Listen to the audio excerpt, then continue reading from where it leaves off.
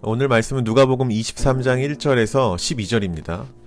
예수님은 빌라도 앞에서 신문을 당하실 때 예수를 고발하는 사람들은 거짓된 이야기들을 하기 시작했습니다. 그들이 했던 거짓 중에 하나는요, 백성들을 미혹했다라는 거예요, 예수님이.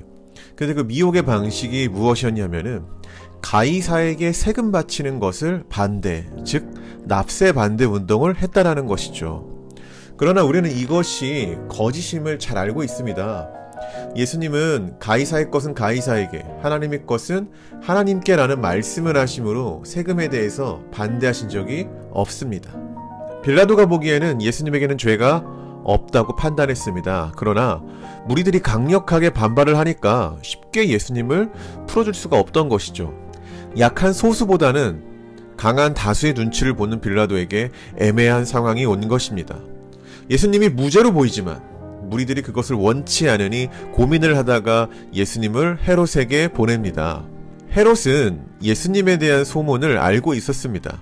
예수님이 수많은 기적을 행하실 때 그 소식을 들었고 그것 때문에 예수님을 만나고 싶었죠. 그렇게 헤롯 앞에 선 예수님은 무리들의 일방적인 고발을 당해야 했습니다.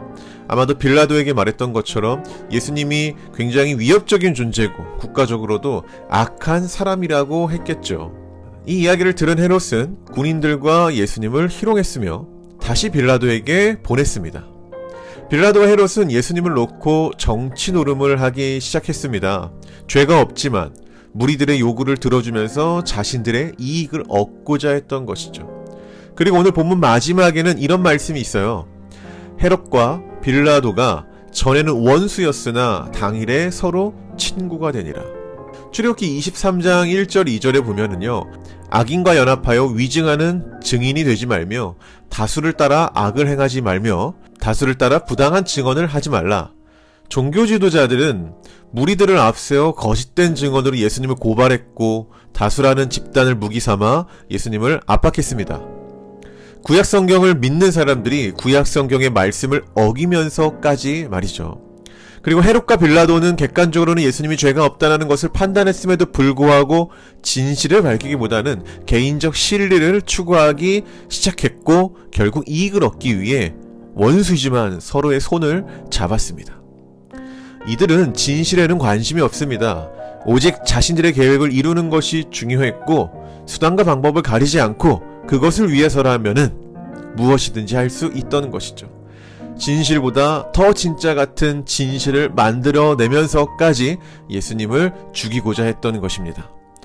성도 여러분, 다수의 입김과 압박이 있더라도 우리는 진실을 고백할 줄 알아야 합니다.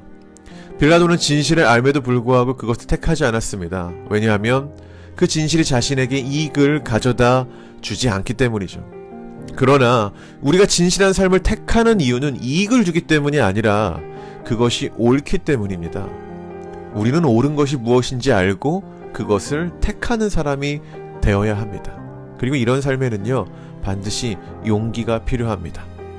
우리가 예수 그리스도라는 진리를 택하는 이유는 다수가 예수님을 믿기 때문이 결코 아닙니다. 진리이신 예수님이 옳기 때문에 믿는 것이고, 비록 소수가 예수를 믿고 다수가 예수 그리스도를 거부한다고 해도 우리는 예수님을 택할 줄 알아야 합니다.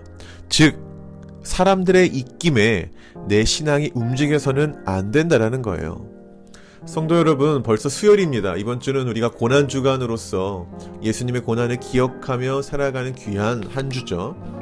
여러분, 출근길에 또는 퇴근길 그리고 또는 잠시 여가 시간에 예수님을 생각해 보셨으면 합니다. 그분이 이 땅에 왜 오셨고 어떤 일들을 행하셨으며 그리고 왜 죽으시고 부활하셨는지를 잠시 생각해 보셨으면 좋겠습니다. 그 예수님이 저와 여러분을 구원하셨습니다.